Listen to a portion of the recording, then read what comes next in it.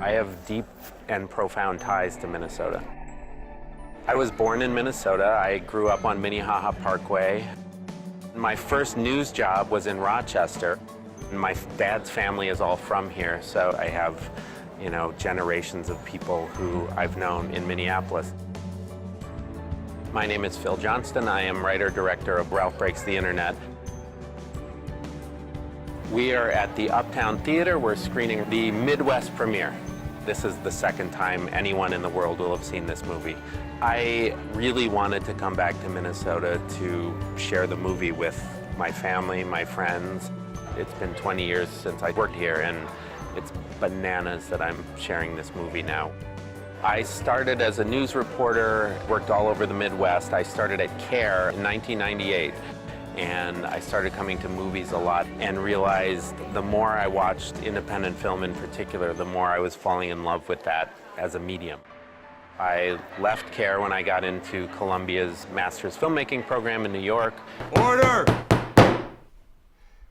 In film school, Flightless Birds was kind of this strange, stark story that had this absurd, surreal kind of quality to it that I loved about the Coen brothers films and Fellini films. How that led me to a huge Disney animated film, I'm not entirely sure, other than I always tried to find the heart in a story, no matter how weird or offbeat it might be. Hey, kid! Wake up! Ralph, what is wrong with you? Start churning butter and put on your church shoes, little sister, because we're about to blast off! Ralph Breaks the Internet is a story about Ralph and Vanellope's friendship. Ladies and gentlemen, I give you the internet! Ralph and Vanellope have to go into the internet and find a replacement part for her game, and everything goes wrong. Holy cow!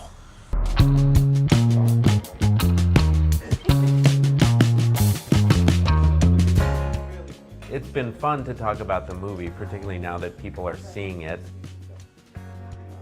I'm Rich Moore. I am one of the co-directors with Phil on Ralph Breaks the Internet.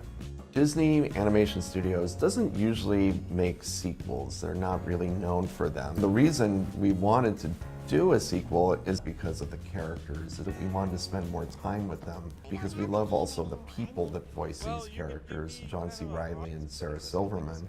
Existential malaise for you, ma'am.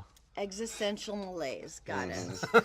This truly is the biggest film in scope and scale that Disney Animation has ever produced. In the first Wreck-It Ralph movie, there were maybe 95 or 96 characters. Right. In this one, I think we have up to 400 and something original, unique characters.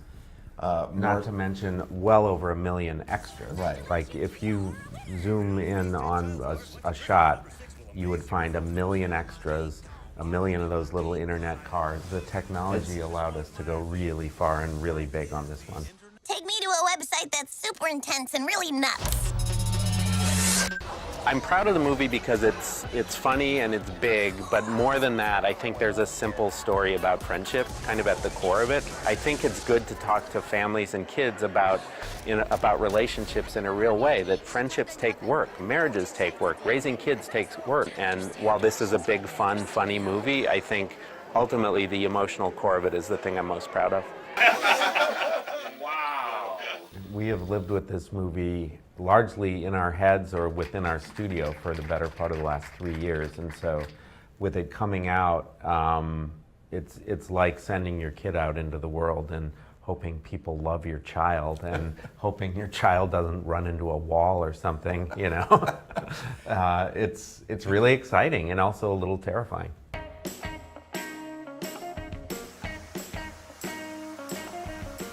It is an amazing feeling sharing this movie with people I love, people I've known my whole life, and at the theater that I love more than any theater in the whole world, the Uptown Theater, where I went to hundreds of movies in my life, and to bring our movie there, it's still sinking in how profound it is.